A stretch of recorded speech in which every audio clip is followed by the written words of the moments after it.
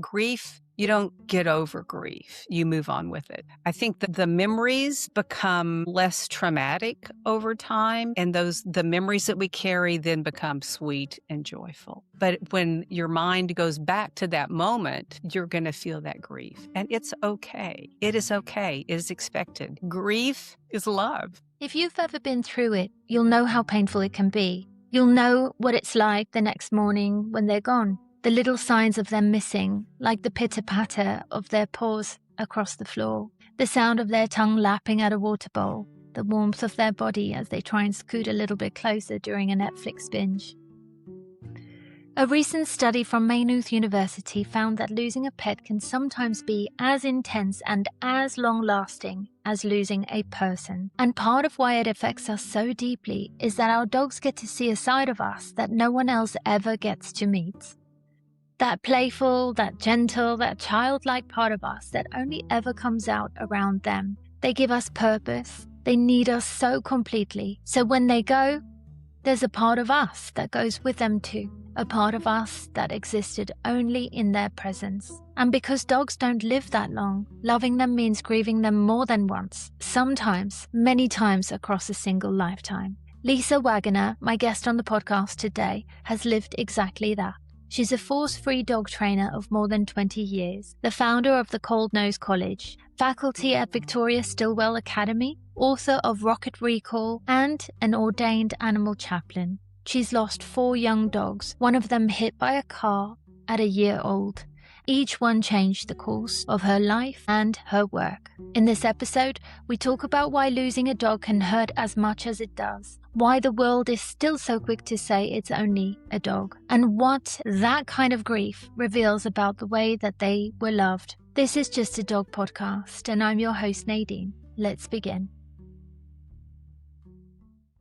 Probably should go get a box of Kleenex. I'm very teary-eyed right now. Okay. I'm writing about some really emotional things that happened with my dogs, and my dogs changed me, and so, I'm reflecting a lot, and I'm, searching through the entire emotional span of my life to, what was it and how did that change? It's been an interesting 6 years, quite frankly. I've been working on this book. You've been working on the book for 6 years? Yeah, yeah. So we can talk about it a little bit because it is part of my journey. I've lost 4 untimely deaths of my dogs, 2.5, 8, 6, and 4. They died. And with each dog, either my whole career changed or the direction of my career changed. But for the death of a dog, I wouldn't have become a dog trainer. But I started writing this book, 2020. And then it got too hard to write, emotionally challenging. I said, I've always wanted to write a book on my recall protocol that I use has been so successful. Let me just write that book. And did. And then came back to, this book and fits and starts, but now I'm really immersed in it, hoping that I'll publish it this year. Let's start at the very beginning. I would love to Absolutely. understand more about your life. Walk me through your relationship with dogs. Where did it start? Yeah. So my relationship with dogs, while I wouldn't have said this a couple of years ago, really started as an infant. I have photos that my mother took with English collies where I'm in diapers. And so these are well-done portraits of me with these puppies. And I grew up on a farm in Southern Illinois, spent 5 years there. My father was a professor at Southern Illinois University, a psychology professor. And we lived on a farm outside town in Southern Illinois. And we had a no number of dogs, cats, goats, and my favorite friend of all, Pedro, my burro. So I think that instilled my love of all animals, but also my love of the country. I mean, I'm a country girl. Put me in the middle of 100 acres with nobody around me, and I'm really, really happy. So I do live on 17 acres, 15 miles outside of a town of 1,500 people, so really small. So my love of animals went there. Family dogs we had. I interacted with them, but they were mom and dad's responsibility. When I left home, married young, foolishly and very young, we had a dog trained in all the wrong ways. No formal training, but everything I did was extremely wrong. And when we divorced, I let my then ex-husband keep the dog. So I was animal-less for, um, a decade or so. And then when Brad and I got married, he brought 2 cats to the family, and I love cats. We'd had cats too, absolutely adored them, and we were living in Marietta, Georgia, and longed to be up in the mountains. We met whitewater kayaking, so we spent every weekend camping, packing, kayaking, and we're never in the city. And so we long to have this property in the mountains. When we do that, we'll get a dog. So fast forward, we have the property, we have no dog, we're not living up here full time yet, and I'm at a work retreat only a few miles away from our then second home, which is a little 100-year-old, barely standing up house. And this stray dog bounds out of the woods, and we think it's a bear, or well, maybe it's a fox. And then this skinny, mangy dog bounds out of the woods and follows us back to our rental cabin. And I don't want the mangy dog around. We've got to feed her. She needs food. So everybody's rummaging through the refrigerator trying to find food for her. And I'm concerned about her, but we feed her and it's like, okay, that's done. Now we can get on to work because it was a work retreat. But she stuck around for a little while. Then she finally left, like, okay, the stray dog is gone now. A blue sky session after lunch out of doors where we're sitting and talking and planning and having lunch. Here she comes again. And there's talk about somebody's got to take her home. And my friend from Texas says, I would take her, but I've already got 2 dogs. Lisa, you don't have any dogs. You should take her. No, I don't want the dog. I swear, when I said, no, I don't want the dog, that's when she nuzzled up to me and put her head on my lap.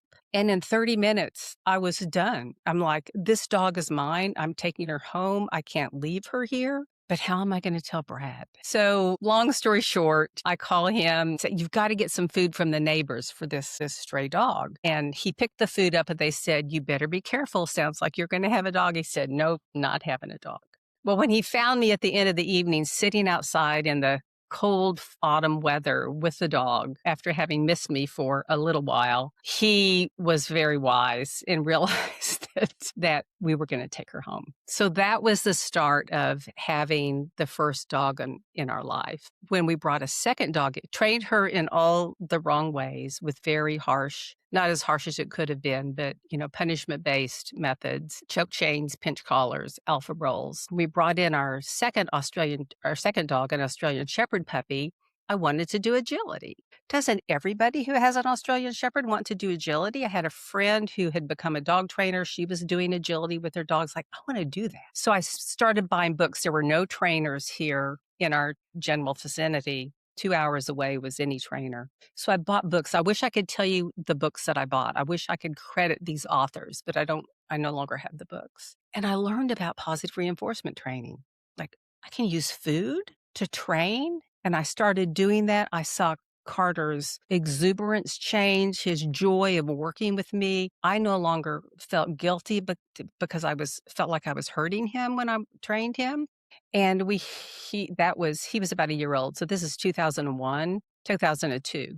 We had just taken our first competition agility lesson with a trainer outside of Atlanta, and he was brilliant on all those pieces of equipment that he had never seen. We were just playing on them, introducing him to the equipment. He was brilliant. 2 days later, he tragically died. He was hit by a car and No. killed. Gosh, And I'm I was devastated. He had been my refuge during some really challenging caregiving years for my mother, who had some mental health issues. And I was absolutely lost and in a depression for 3 months. Didn't realize that at the time. Friends, Brad was worried about me. I went to some really dark places. And when I woke up, I said, I'm going to help people learn that there's a different way to train their dogs. Never meaning that I wanted to be a dog trainer. I just wanted to gain some knowledge and help shelter dogs, maybe friends and family. I believed in education. We were nationally certified, accredited, advanced whitewater instructors. So we believed in education, even when it was just not our vocation. And I was referred to a woman in Chattanooga who did instructor training. She had been the president of APDT, had no idea what all those acronyms and letters meant at the time. So I picked up the phone and called her and thought, well, I was a recruiter, so I was used to cold calling. Hi, Pat Miller. This is Lisa Waggoner. I've heard you do instructor training. Could I have lunch with you to learn more about it? And she said, of course you can. Well, then I learned who Pat Miller was. My gosh, what do you know? She was so kind and so generous and so grateful. And I poured my heart out to her about my grief losing Carter. I launched into professional education. I took my first clicker training class with my now new puppy, an Australian Shepherd. We had already fallen in love with the breed and loved it. Like, okay, yeah, I'll sign up for this instructor academy. And the rest is literally history. It was so hard. The learning theory piece was so hard for me, trying to get those 4 quadrants of operant conditioning and then understanding classical conditioning and how that changed behavior. And I was just hooked. And then when we, fast forward, this is another piece of our professional and volunteer lives that we love. Brad and I were both volunteers, dog trainers at a prison dog program, jail dog program. And so I felt like I was carrying on my dad's work. He had lobbied against punishment and beatings of inmates in the prisons where he was a chief psychologist and for positive reinforcement and true rehabilitation of prisoners. And I understood what he must have gone through. He died young. I was just getting to know him as an adult when he died. So there's so many questions I'd love to ask him, but he's no longer here. So yeah, but he lobbied for kindness and rehabilitation that works, kind, compassionate, considerate when an inmate is struggling. In the dog training world, so many people don't understand that there are emotional lot behind the dog who's having a behavior issue. The dog isn't giving you a hard time. The dog is having a hard time. And I think as human beings with children, we're beginning to, hopefully, people are beginning to realize that. And people in the dog world are now too. But there's so much training that is done merely to have your dog obey versus truly understanding what they're feeling. They're living sentient beings, and we need to see them first as that living sentient being and make sure that they feel physically and emotionally safe so they can learn or they can begin we can begin to help them change their feelings about whatever it is that causes them fear. What was your impression of dogs as you were growing up, and how did that influence how you dealt with your dog or managed your dog? Yeah, so that's a very good question, Nadine. And I will say that I just wrote this. Like when we took Abby to training for the first time, I thought, well, none of our family dogs ever had training.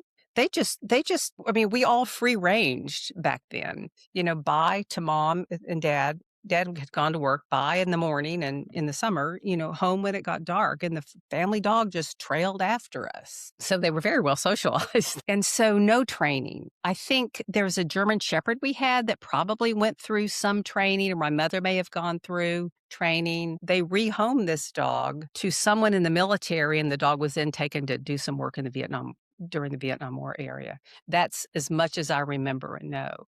But no, our dogs didn't have any training. But I learned through my parents the incorrect way of trying to house train a dog. In those days, at least in our household, in every household I knew, you would rub the dog's nose in it. What did that do? Exacerbated the issue, right? So I remember Rascal was my Schnauzer's name.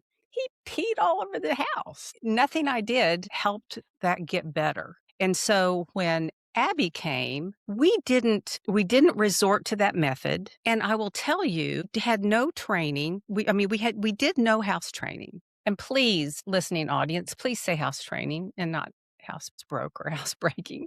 There's nothing to break. The dog is learning. We're helping the dog learn. If we were told to sit on or go to a different place to do our business, it might be different. I mean, someone would have to lead us to the new place where, it would be safe to go to the bathroom. But we never had to worry.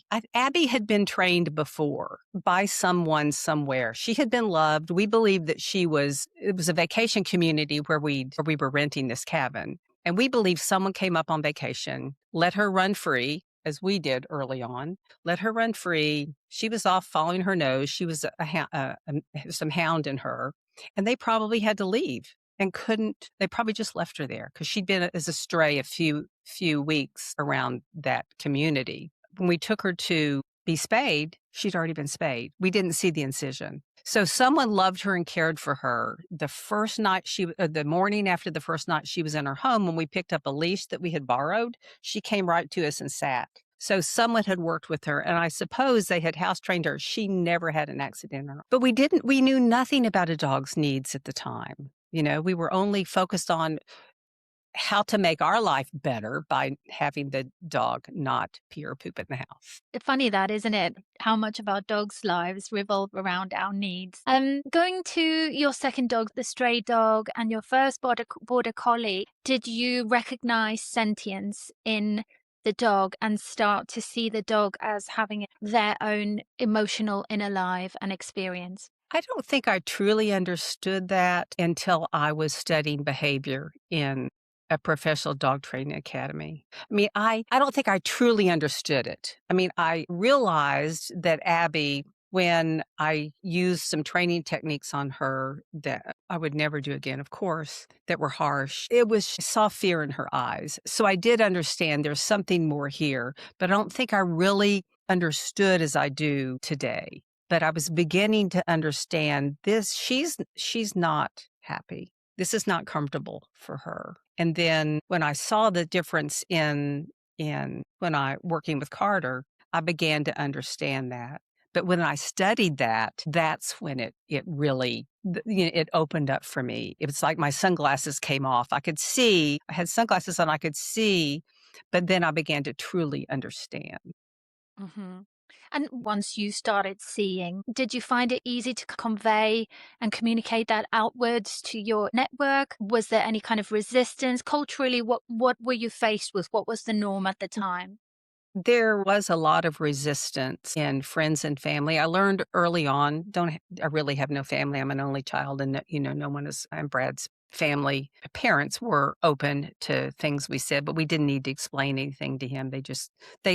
We didn't have children, couldn't have children, and our dogs were their grand dogs. They called them their grand dogs. They got presents at Christmas and anyway, but in this rural area of North Carolina over 20 years ago, when we first had a dog, dogs were dogs, and dogs are meant to stay outside, many times chained to a doghouse or a barrel as their only shelter. There was a lot of resistance. We were the only trainers within over 100 miles that used positive reinforcement techniques. Wow. So we encountered a lot of resistance in clients who were not open to change. And I tried a few times working with clients whose dogs still lived outside, but there was no way to make progress. There was no way to really make progress. So we would have people who would try our techniques for a while and then go back to a choke chain or a pinch collar. Why? But slowly but surely, that began to change. 7 vets in the area were referring to us. I had good communication. I let a vet know when one of their clients was working with us. We collaborated together when we needed to on behavior cases. And slowly but surely that changed. But more than anything with our clients, this is a retirement community. So a lot of people have come from other areas and retire here. Most of our clients were transplants, not locals. This is the socioeconomic condition of Western North Carolina is very poor. Okay. And so there just wasn't money in households to be spent on training the dog. So because of that, we did once a month ask the trainer sessions at our training center, free for anybody who wanted to come, publicized it, trying to hold community events where people could learn if they chose to. Started a column in our newspaper so that began to seep into the community. And now I'm really happy to say that we're not training any longer. We have 3 amazing positive reinforcement trainers in this area who are making such a difference in the lives of dogs. Since you met Brad, you've been staying in the same place. Is that correct? You're still there. So what shifts and changes have you noticed? And what do you think the reason behind that is? I have noticed a shift in people respecting dogs for who they are and understanding that we're 2 different species, but yet we're almost entirely similar with our brains and our emotions, that people are beginning to understand that. And the evidence is people are coming to me. Still, still get a lot of get a lot of referral looking for someone who uses humane techniques on their dog. Yay, that's happening. Rare is it anyone who isn't already looking at their dog as a dog that needs help versus a dog that's giving them a hard time. Mhm. And I think the trainers in this area are also more understanding, very understanding of trauma informed care. Truly, not just changing behavior, but really understanding or trying to understand where does that come from. Yes. And no, your dog doesn't need to learn how to sit. Your dog needs to learn how to feel safe. And we need to help you gain the knowledge on how to help your dog feel safe. Yes, you want to love on this dog you just adopted and love and pet and nuzzle it, but your dog doesn't need that right now, perhaps. Right. Yeah. For your dog is fearful and shy and just needs to adjust to their environment first before we use our human affection in the way that we humans do, grope and love and nuzzle. I have a Galga. That's a Spanish, Yeah. yes, Spanish A dog. Spanish Greyhound, yes. So the reason why I mentioned that is because I read that you are an expert in anxiety cases, separation anxiety, that type of thing. I will tell you, and this is something I heard Sarah Fisher say. I know you know who Sarah Fisher is, right? Yeah. I'm not an expert. I have a lot of experience, but Okay. as Sarah would say, the dogs are the experts, right? The dogs are the experts. But yes, and I'm happy to say my dog has recovered from not separation anxiety, but isolation distress. And though I'm a certified separation anxiety trainer, I engaged the help of one of my colleagues who has the same designation as awesome to guide our case because I cannot be objective about my own dog. And it was the most beautiful experience. But I decided to add that skill to my toolkit when we closed our training center. Right. We had the most amazing years and fun and built the business and made a difference, but we were in the red. So we needed to close the brick and mortar facility and went back into doing in-home work. Just about that time, I learned about Melinda DiMartini, who was then, the only person who was doing a program on training trainers to address separation anxiety. So why not? This is perfect time to learn a new skill. Um, and I loved it. It made sense that I would love working with people that required a long-term relationship and a long-term length of time in which that change happens. Though Mhm. you begin to see changes very early on. Because I'd been an executive recruiter, and so I recruited senior management and C-level employees for corporations, and those were long-term searches. It would take, 6 to 9 months to interview candidates, find them, introduce them to the client. I called it corporate matchmaking. So it made sense that I would like behavior cases because I liked that interaction with the client and the dog over a period of time. And that's what separation anxiety training was. Mhm. Really just you're living with that client for the duration of time that you're working together. You know every little bit about their background and their life because it's important to know that for the dog. So I loved it, started doing the work and stopped doing everything else, just solely focused on that for about 7 years. Some of my clients are still my friends today. We're still in touch. I'm very thankful that that was part of my background. Mhm. And while I was very successful, I didn't want to work with my own dog. Okay. Well, that makes a lot of sense. What were some of the misconceptions that you had about separation anxiety that changed once you learned more? That it's not a quick fix. And I knew that any behavior change for people is not a quick fix, right? Something as simple as trying to lose a couple of pounds seems simple, but there's so much that has to change internally. I think one of the biggest surprises for me was in order for a dog to feel safe home alone, you can leave them no longer than the length of time that they have learned to be comfortable in. So, in order to make that happen, it's imperative that you suspend absences so that you never leave your dog alone. Could be if your dog, let's say, separation anxiety is attachment to one person, isolation distress is anybody will do. The dog just can't be home alone. Mhm.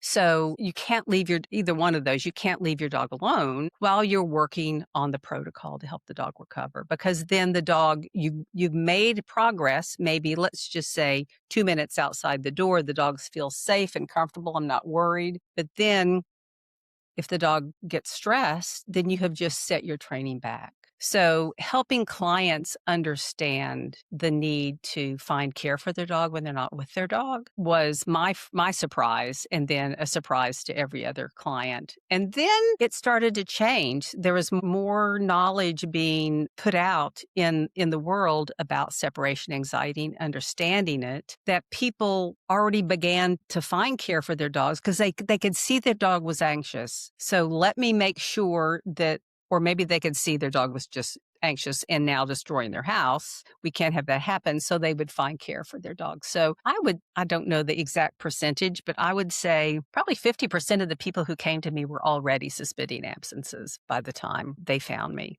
This is the first time I've heard of the phrase isolation distress, and it's kind of made it already much easier to explain my dog's experience, because I only recently started getting dog sitters for her. And initially, she would cry while I was away. Like if I stepped out for an hour or so and there was a sitter here with her, she'd cry for a little bit, go lie down on my bed, and then she would find a way to self-soothe. And then eventually she'd come out of the bedroom and come and sit on the sofa with whoever was here. So that's a bit of a relief, because I just kind of used separation anxiety as a blanket term for any display of anxiousness And I when mean, I'm not here. even though I worked under that umbrella, that's what we call, I mean, generally it's spoken about, the term that's used. But Mhm. technically, separation anxiety is to one person. So if Keaton had separation anxiety, his attachment could be to me mostly. And so even if Brad were with him, he would still be anxious. But for Keaton, any old body will do, as long as somebody's, and now, he's fine for 3 to 4 hours, which is great. I'd love to get to a point where I can leave Duna for a couple of hours, but yeah, even taking the rubbish out.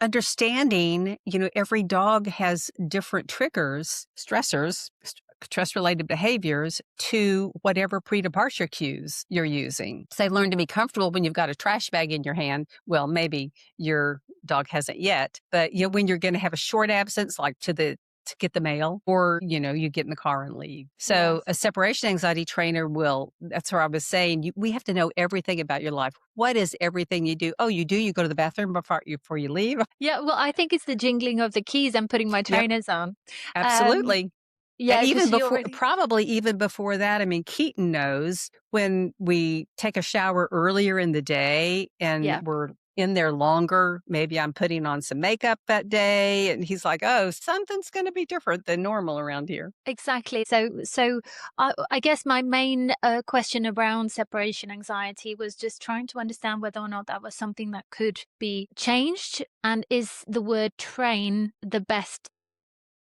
within that Training is context? not the best word, but it is what most people understand, what the general public understands, that we're gonna training in this case assumes we're going through a formal process to bring about change at the end of that process. I will say that, we really, in the right term would be behavior modification, because we are modifying a behavior, helping a dog become comfortable in an environment where they once were not. And yeah, training maybe not the best word, but Okay.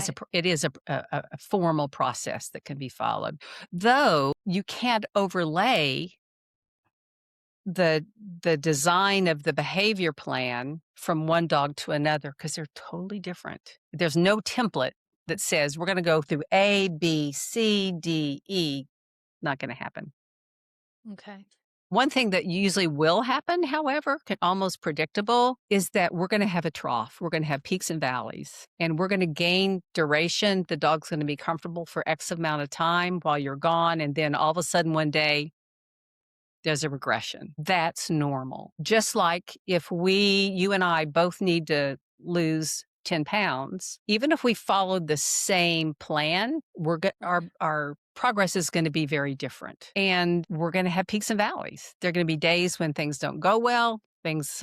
I eat more than I should have. So separation and recovery from separation anxiety is the same way. They're going to be peaks and valleys. Okay, that's reassuring. I mean, yeah, exactly. You'd have And the the same. only dog who doesn't have a regression of some sort, a dog is normal if they have a regression. The only one that doesn't have a regression is the dog who isn't going through the normal process. Okay, that's interesting. So, Yeah, you can count on it happening. It's just there are peaks and valleys in learning. yeah, as with any being. Mhm. So, you have written a best-selling book, Rocket Recall, and have you got the book there? I do, of course.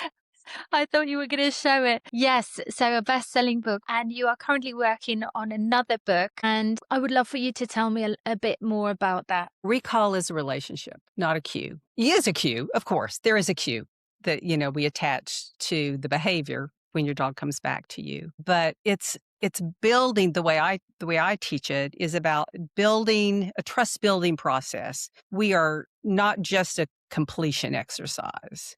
So Right. it's safe, definitely needed for safety, right? To keep our dog safe. But I want my dog to feel emotionally safe. I want my dog coming to me because of the good stuff that happens when they do versus the fear of what will happen to them if they don't. So my thinking is instead of getting my dog to come back to me, I want to be worth them coming back to. So that's what the protocol is all about. And it will teach you some things about behavior too, the whys behind it. But um, I wanted to start writing, and you found my blog post that I wrote after 2 years after Willow died. That's when I decided to write a book. Her death was so hard on me. All my dogs' deaths have been.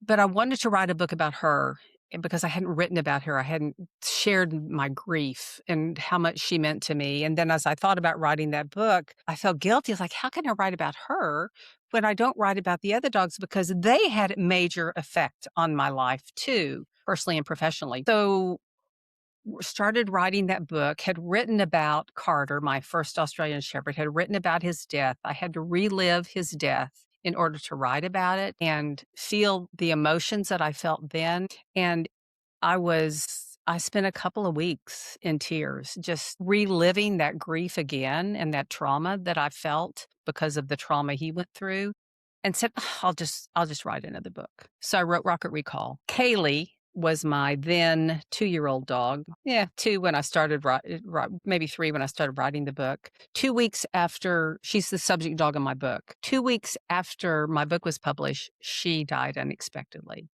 She Oh, developed meningoencephalitis, an inflammation of the brain. And so here I was so excited. My book was doing so well. And on the other side, just extreme ranges of emotions. And so I couldn't write for a couple of years, Nadine. I'd had too much cumulative grief. I just was spent and tried to give up on writing the book. Why am I doing this? It's a lot of work. Just, writing I am a writer, I guess, but every writer will say it's hard for them to write, even the ones best-selling authors. But so the writing is hard, but reliving the emotions is also very hard. And I tried to give up many times and was in a car accident where I was laid up for a couple of months trying to recover and journaled every day. I'd started journaled every day. Why am I doing this? Why do I want to write this book? I just need to give up. And I just couldn't. I couldn't. It's like, okay, this is a heart project. I'm going to finish this book. This is my project of the heart. I need to get this information out there for me, if not for anyone else. Because I felt that if I didn't do that, I would never have full acceptance. I started to say heal. I don't think we ever heal. We move on with that little hole that we still have. absolutely. When was the Yeah. first time you discovered that? Because I would assume, well, at least in my experience, that's not dog related. I don't think I really understood that until I went through an animal chaplaincy course. So in an attempt to try to grapple with this grief that was with me every day. No, it's lots of joy in my life too. I mean, I didn't sit in a corner and grieve all day, but it was like it permeated every fiber of my body. Two things can be true at the same time. I can feel grief and I can also feel joy. That was an interesting experience the day that I felt that, which is somewhere in 20 probably.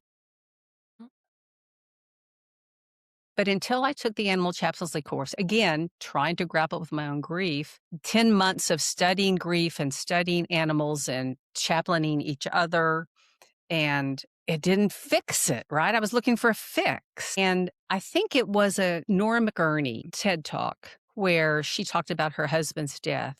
And she said, grief, you don't get over grief, you move on with it.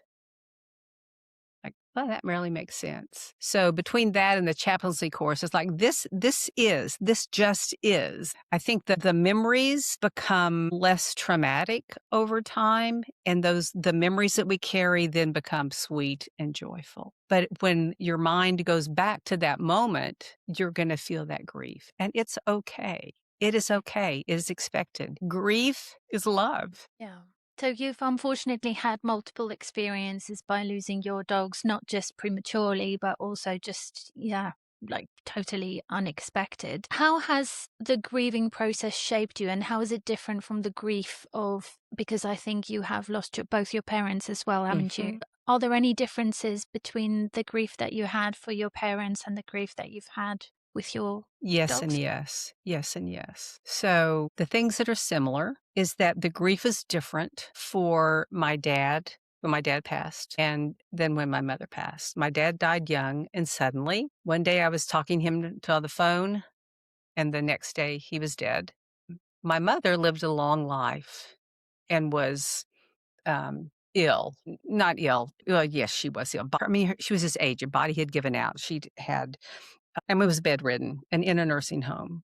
And so when she died, it was a blessing, right? It was her time. We'd had a good life. Through therapy, I'd mended my relationship and my feelings about her mental health and alcoholism and the things she went through. And the death of Carter helped me understand the pain she must have been in. So those things were similar. So a sudden death, no matter human or dog, has a different component to it. I won't say it's worse, but it's a different component because it is sudden. And depending on the suddenness, especially when the dog is young, there's that feeling of so much that was left undone.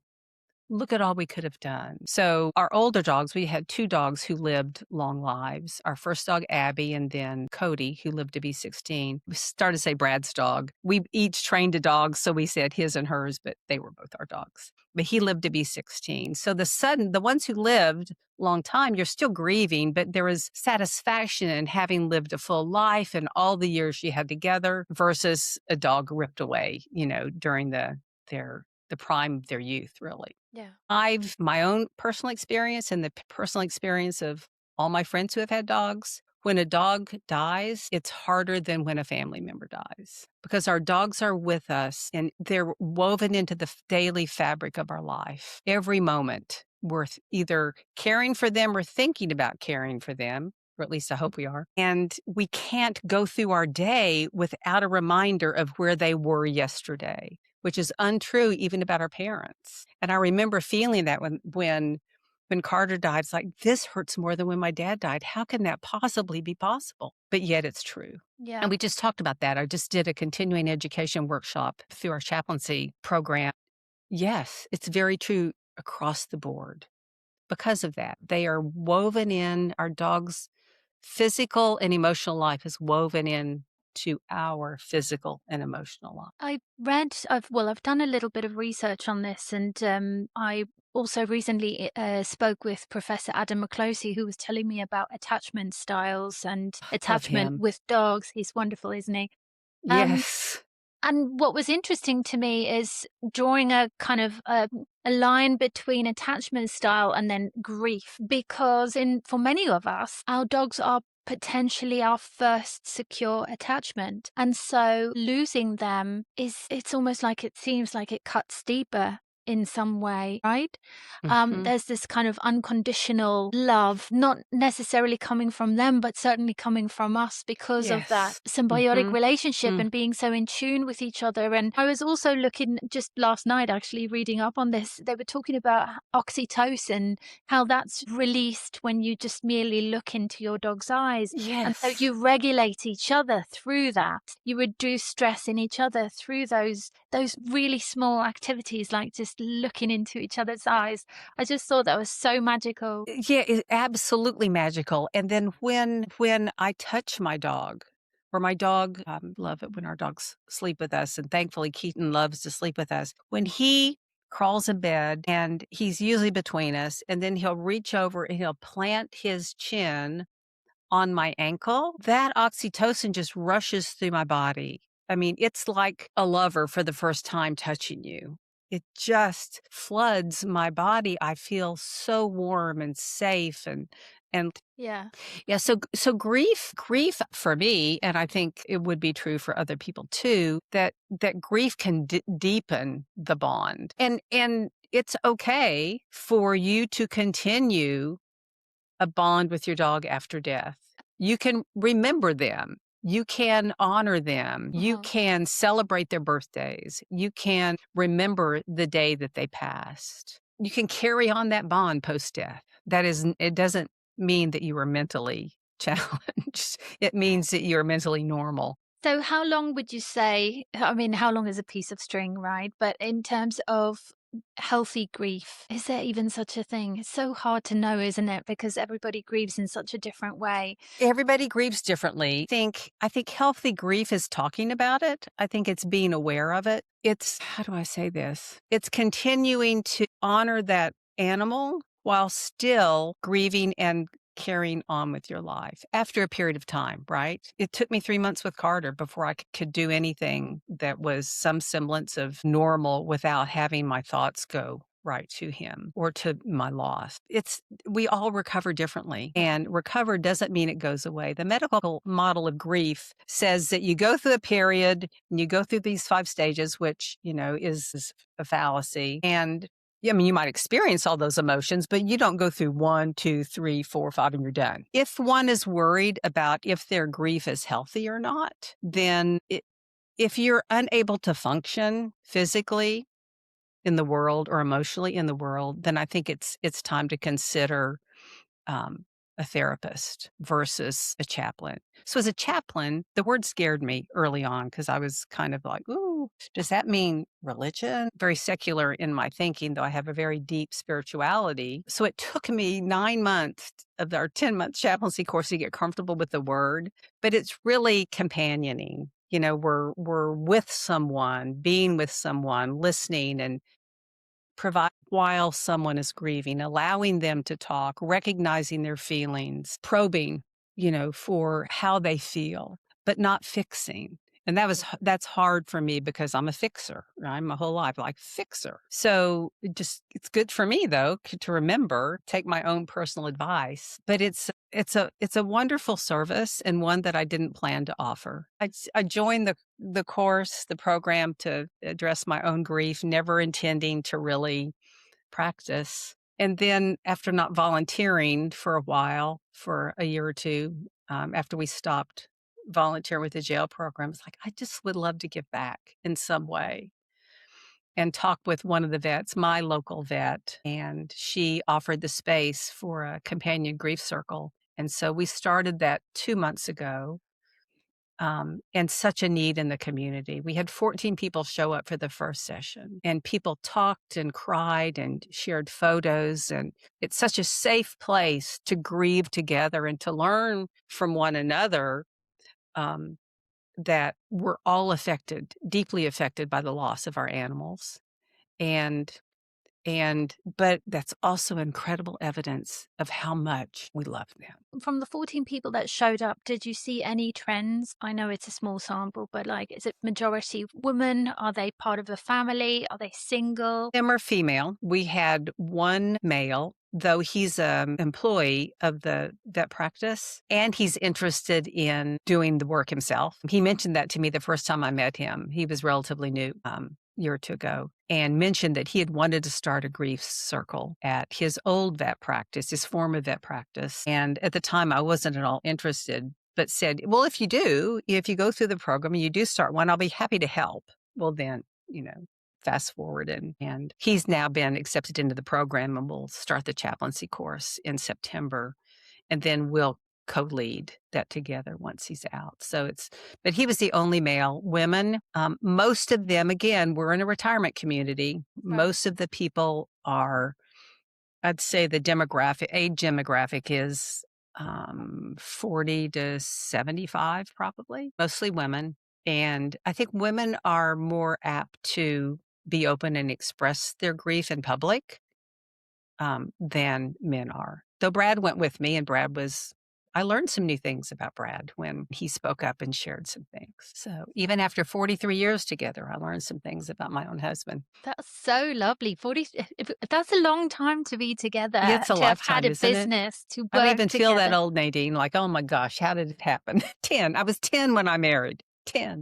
You just blink, and time just flies. It's crazy. I have moments like that too, where I'm like, "Oh, I'm not in my late 20s anymore." Mhm, It's mhm. so bizarre. I have friends who also have dogs, and some of them have had friends of theirs who have gone through the loss of their dogs. I think unless you've gone through it, a lot of people don't understand the depth of that grief and the effect that it can have on your body. And then also how lonely and isolating that can be if your dog was your primary attachment, but also if the world around you don't really take the grief Mm, seriously.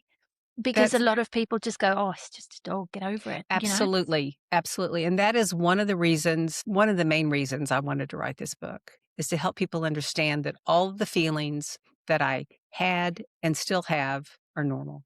There is so that type of grief is called disenfranchised grief, where it's not recognized. Get over it. Just a dog.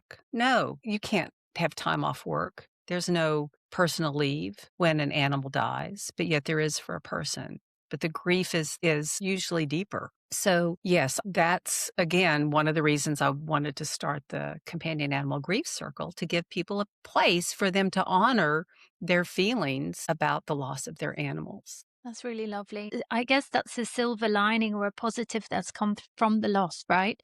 To be able to, Absolutely. I think it is. The love and relationships that we have with our dogs, we mirror emotions. Um, we have to be present with our dogs, and they're present with us, and that when that is ended suddenly, or anticipatory guilt is also another component of a type of grief. When yeah. your dog is ill, or maybe your dog isn't ill, but you've lost a dog and you know how hard it was, and preparing yourself for the next time, and bringing dogs into our homes, risking our emotions every single time, because we are always going to outlive our dogs. So we know that we're going to lose them. For a lot of people, that can be quite crippling. Nothing has happened, but the mere thought of it happening is just almost too much to bear, Hmm. especially going back to the whole primary attachment thing. What do you think it says about us as society that in 2026, for many people, their primary attachment is their dog or their companion animal? I'm happy that people are focusing on their animals, but I think because of the way technology has reshaped our lives, that we have very little action. Most people have very little face-to-face interaction with other people, because building a bond and building a relationship with a person is akin to building a relationship with a dog.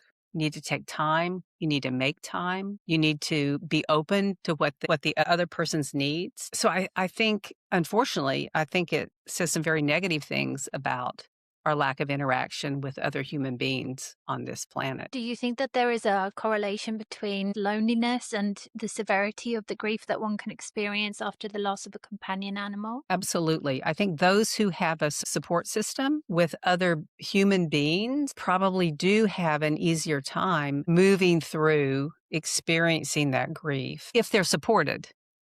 Right? If the other person or circle of friends are supported. And that's where I've been very, very incredibly lucky, because I worked in a community that is solely centered on dogs and animals and care and love of animals. So everyone in my circle of friends and work colleagues understood the depth of my grief. I didn't experience even one person that said, get over it. It was just a dog. That's So, lovely. but that is so different than what most people experience. Even my friends who are dog trainers, their spouses who are experiencing the same thing go back to work and their colleagues say, "Come on, it's been a week. Stop." So, yes, but Uh-huh. I think yeah, I think having another person, having a companion, someone who can help companion you through that grief, whether it be a trained animal chaplain or not, someone who can listen. Needs just someone to listen, someone to be there, provide that unconditional support that all of our dogs give us. What are some of the practical and actionable ways that people can be more supportive when someone they know has lost their companion animal? How can I help?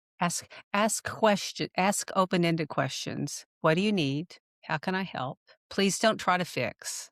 Try to approach it with more of a service mindset than a fix it mindset. Uh-huh. How can I serve you?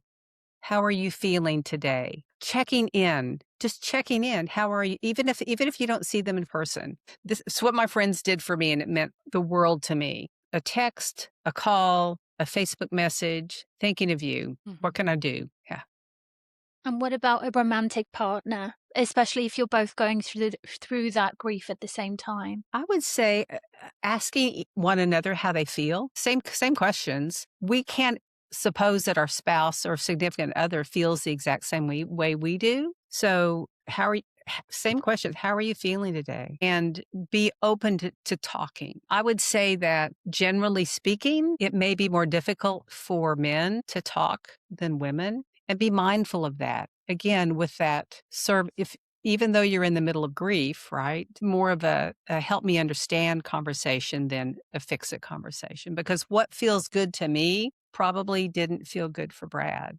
And what I didn't understand about him that he talked about in our grief workshop or circle, he had survivor's guilt. He called it survivor's guilt because his dog, the dog that he trained and loved, lived for 16 years, and I've lost more dogs. So he felt guilty that his dog was living and that he could still carry on loving him. And then because he'd seen me grieve and the depth of my grief when our dogs got critically ill, and they lived about a week before they died because we were doing everything trying to keep them alive in a critical care center. He had anticipatory grief or worry because he said, I knew I was going to lose her again. How do you process your grief? Has it been different for every dog, if you feel comfortable? A lot of tears. Tears are good. Tears are very, very beneficial. And remember that tears come from the love, that you had. I would just say sitting with it, not trying to make it go away,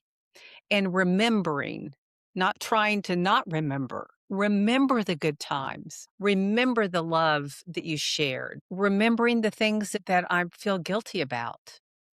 Carter's death, he was hit by a car early and we didn't have a fence. I didn't walk him on leash all the time. We were a dead end road, 4 houses past us. Like if we were trying to get a fence put up, hadn't done it yet. Because during the housing booms, you couldn't get a fence. I mean, couldn't get a surveyor out to survey the property lines to then put a fence up.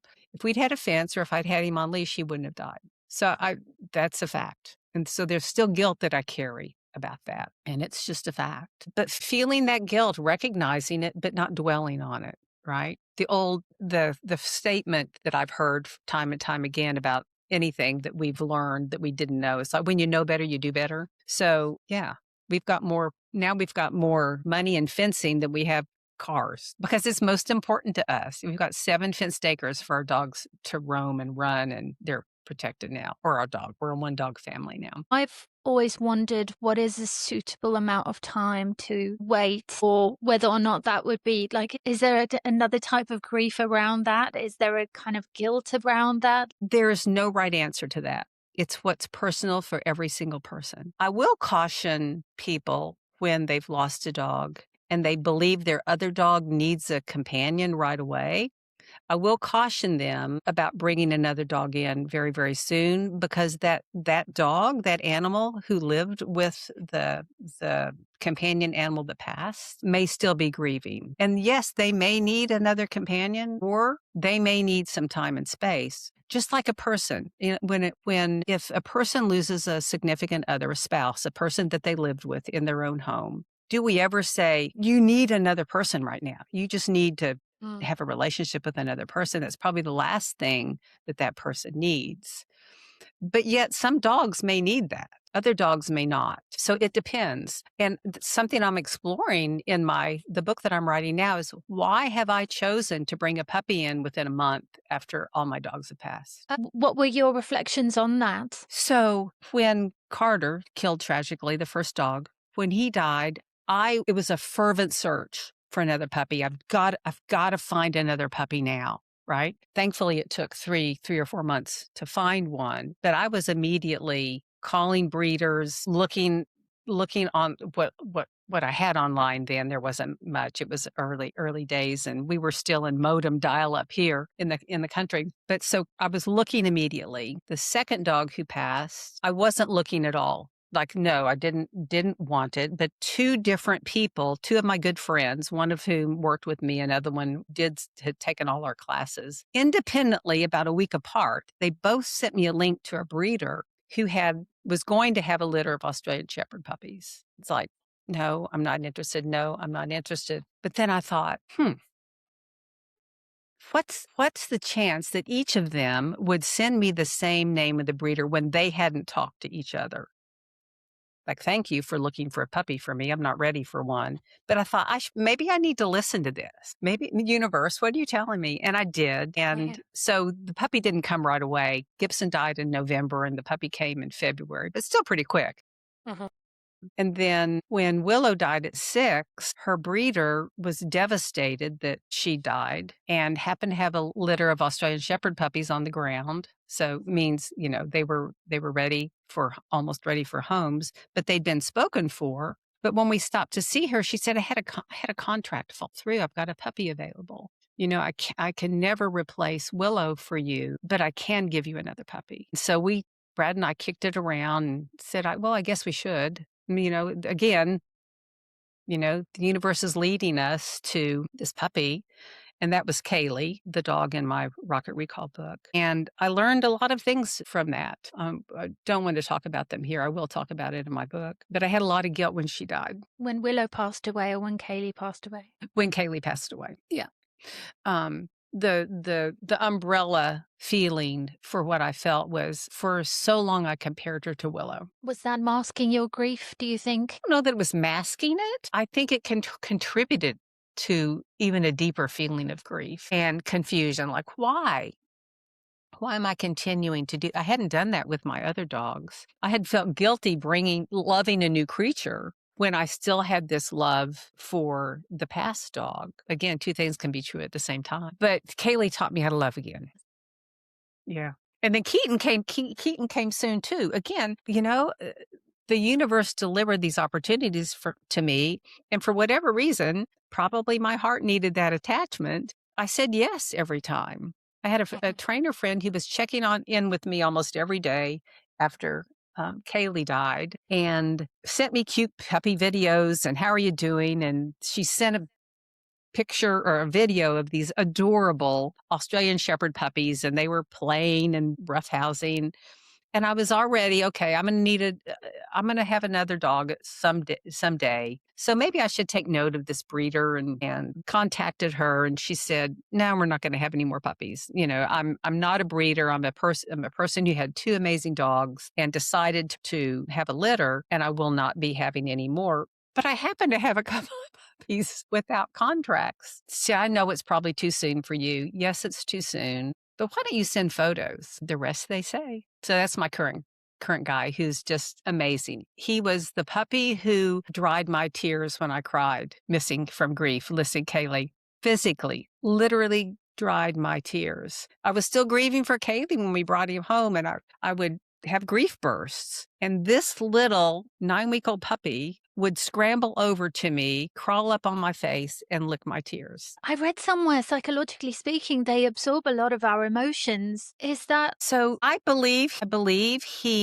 dogs sense our emotions. They can feel our emotions just like people can feel our emotions. Yes, tears are salty. Yes, someone could say, well, they just wanted the salty tears, from your eyes. I believe this little guy and our dogs, if we look deep enough, if we if we can be present enough to see the emotions in our dogs, that we can feel that. They understand. They understand when we're anxious. They understand when we're upset. They understand when we're angry. How can they not understand when we're sad and we're Mhm. grieving? Beyond the physical manifestation of sobbing and crying. But he's still, if I cry watching a movie, he'll scramble over to me. How old is he now? He's 4 now, almost 4. He is absolutely positively joyful because we're not grieving all the time, No. Yeah. but grief bursts are normal. Uh-huh. It's no matter how many years have passed. My dad passed in 1984. I can have moments where I think about him and cry. Damn, Dad, I wish you'd lived longer. Yeah, I have the same I have the same moments. I think sometimes, or at least have you heard of Andrew Huberman? I have not. Okay. Andrew Huberman is a professor. I think he might be a professor at Stanford, and he had an episode about grief specifically. And what I found really interesting after losing my dad was learning from his episode, his podcast, how the neural pathways in your brain are still there even after the person in your life has passed away. And so your brain still thinks they're going to answer the phone on the other side. It still thinks that they are living their life, that object permanence, that they're just living their life somewhere else and they're just not here. And so it takes a long time for the brain to adapt and realize that pathway is cut Yeah, now, or like build a yeah. new one, that kind of thing. So I imagine that's quite similar when it comes to our dogs as well, especially if you've got that kind of habit of having them around you all the time and you've got your rituals that you They do together. understand us so well. They know what we're going to do before we do it. Yeah. I'm going to read you something if I can get through it without crying. But, one of the things that's was very interesting for me going through this chaplaincy course, while there were very secular, right? It didn't focus on any one religion or way of thinking, but we discussed how other religions and other groups of faith thought about animals. Like, do animals have souls? Do they not have souls? Did a lot of exploration. Well, that got me curious about different religions, and was talking to my therapist one day and said, "I'm so psyched about getting introduced to different religions. I want to explore some other religions. I want to go to, Jewish synagogue in town. I want to go to." And she she looked at me, knows me well, and said, "Lisa, have you thought about just sitting still?" So I've been sitting still a lot more. I'm not running around visiting other um, houses of faith, but I've gotten interested in more in spiritually curious, I guess I would say.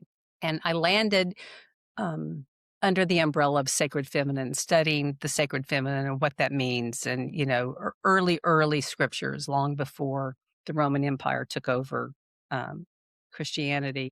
But I have some oracle cards that were created by Megan Watterson. And this is a chapter on angels. And I'm not going to read it all, but the title is Angels, and I've Never Been Alone. This moment is the memory that it's often when we're at our most human, bereft, heartbroken, and vulnerable that the angels can finally be heard. This moment is a memory that the energy of love is the bridge between the worlds. The paradox in being human is that when we're humble enough to feed the depths of our grief, we are directly connected to the experience of how love never ends. We are directly connected to all the love that constantly calls out to us invisibly from within. That's beautiful and it's accurate. Isn't it true? Very, Yeah, very that's so true. accurate. Very, Someone very said true. to me, I think when I went through my first grief experience, my first and only so far, I was saying, because when I lost my dad, it was unexpected. It was the same as yours, I guess, one day and then one day not. And I remember saying to someone, it feels like there's a crater in my heart, like quite Yes. literally, there's an actual crater in my heart. And she said, then then use this time to plant the seeds around the crater and learn to love living on the edge. Beautiful. I think of my heart now, it's full of flowers. So lovely. Yeah. So But you lovely. do get used to living on the edges of that crater. You Like do. it's not gonna, like nothing's filled it. It's still there 4 years Yeah. on. but you just yeah, you just Oh, I love that. That is absolutely beautiful. The way I felt, I was trying to think to describe the multiple experiences I had with my dogs taken away from me at such a young age. And I likened it to living in this on this beautiful planet, this beautiful land that I live on that's colorful and has all full of all those flowers you just mentioned. And then I was just without knowing, obviously, instantly, I didn't know it, was snatched by an alien and transported to another world. And that world was black and white. It had no color. There were no smiles. It was like living on this gray planet where there was no human or plant life. Then over time, that garden started to grow. Little bits of color began to appear and became beautiful and joyful again. And just about the time it became beautiful and joyful again, I was snatched away again to a different planet that was similar, still dark, without flowers. And again, just as I became comfortable and the garden started growing and the color came back, it happened again. So my world literally became black and white. Like when I got up the next day, I could not see color. And then slowly but surely, it came back. And so I'm living a vibrant, cinematic, colorful life right now with Keaton, this adorable guy I get to share my life with, who brings nothing but joy to my heart. it sounds like your life was meant to be lived the full spectrum of human emotion, it seems, with all of the tragedy that you have experienced and the loss. Have you ever gotten to a stage where you had to make the choice yourself? To euthanize a dog? Yes. We did with Abby and with Cody. Our last, Brad's dog, Cody, my dog too, as you heard me say earlier, was 16, and he had canine cognitive dysfunction, in addition to some really serious osteoarthritis issues. But it really was his canine cognitive dysfunction that caused him to just be totally uncomfortable and in a state of anxiety all the time. And we had to make the decision. It was Brad's got to choose because Okay. he was closest, but he agreed. I mean, I agreed. We knew it was coming, but yet there was a day where Cody's behavior was just so anxious and over the top, and neither one of us could comfort him. And Brad said, "It's time. Okay, It's so time." he just knew. Yeah, he knew. Brad said, and he'll tell me when it's time. And there was a moment where Cody walked up to him and just looked at him in a certain way, and Brad said, "At least I believe he's telling me it's time." So And really tough. thankfully, we did not have the ability to do an in-home euthanasia with him. It was as beautiful a process as it could be in a vet's office. But since then, they've added a new veterinarian who does in-home euthanasias. So it's a more comforting experience for the animal and the family when you can find a veterinarian who will do that. And also if people have multiple dogs, sometimes a dog will just leave, go to the vets and not come back. How does the existing dog process that? Do they process it? Do they need to grieve? Do they need to know that that dog came to the end of their life? Do they instinctively know? Yeah, it's a bit of a tricky one. So, Mhm. in your experience, in-home experiences would be the optimal solution. It was for us, and I think it certainly has for many people. There's so much less stress on the animal, right, than being at the end of the life, no matter what is causing the end of their life. They're in the comfort of their own home, surrounded by the people they love, and your other animals can be there Uh-huh. if you choose. I mean, I think that's a personal decision. I think it's a good idea. We've had our other dogs present when our cats have euthanized and the other cats present. If they chose to be, we didn't bring them in to be with us, but we talked about this in our last grief circle. I've heard people say that they don't want that memory of having the dog euthanized in their own home, that they're not sure they could ever go in that room again. And I see that's a personal choice. There's no right or wrong. But I think if we can make it as comfortable as possible for the animal who is crossing on to the what's next, then that is our responsibility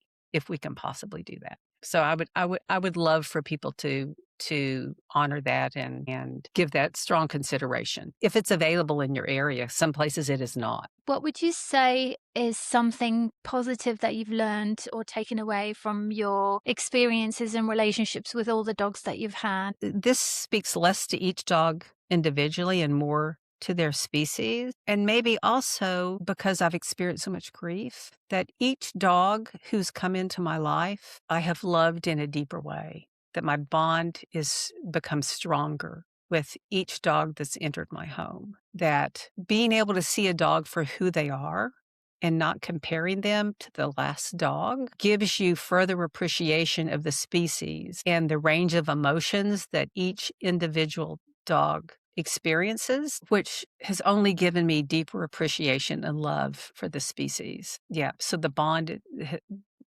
has become stronger. I think that can be true even if you haven't, well, our dogs pass before we do. So it's likely if you're a dog lover, you've had multiple deaths, or will have multiple deaths during your lifetime of the animals that you've loved. And I hope that helps people love deeper, the next one deeper. It's happened for me. I never thought I'd have another heart dog. And yet each dog that's come into my life, I've opened my heart fully up to them, even if it's taken a little while, and I've loved them deeper. That crack just allows more light to come through. I love that. I have a question for you. Yeah. And for all your listeners, when you hear this, feel free to let me know. I'm in the process. This next book that I'm writing for years, I have titled it The Death of a Dog Changes You, because their deaths did change me. But then their lives changed me too. So what was it? Was their life that changed me with their lives? Or was it their deaths that changed me? Yes, both did. But I'm really considering changing the title to The Dogs Who Shaped Me. I love that. Because they did. Even my childhood dogs shaped me. But would you reach for the book when you're going through a particular end-of-life experience? No, I do. There will be grief resources in the back, but the book really is about my unfolding as a human being and a person, and how I was so clueless early on with dogs, and how each dog and experience with each dog changed me, subtly or dramatically. Mm-hmm. So I'm leaning more toward The Dogs Who Shaped Me. And the tagline may be A Dog Trainer's Journey Through Grief to Grace. I think you've got your title. Good. Thank you. I appreciate your feedback. Absolutely. Well, we'll just invite everyone listening. Yes. If you have your own thoughts, please share it in the comments or reach out to Lisa directly. That's great. Thank you so much. It's been such a joy spending time with you today. Thank you so much for all you do. Oh, thank you. I think I just get Yes, to you talk do. to really amazing people. Yeah, isn't it great though? Yes. It is it's really, it's really special. I'm always very grateful when people agree to come onto the podcast, because I've only been doing this for about 7 months. Oh, fantastic. I knew it was relatively new, but yeah. That's excellent. So some really, really cool conversations. And every time I speak with someone, there's a completely new perspective, the new learning. And it's like your experience with your dogs. It gets a bit deeper every time. Mm-hmm. But I haven't had any conversations around grief or loss when it comes to our dogs or companion animals before until you. So thank you very much for being present for this conversation and sharing so much of yourself so generously. You're welcome. I'm happy to do it. Thank you, Lisa.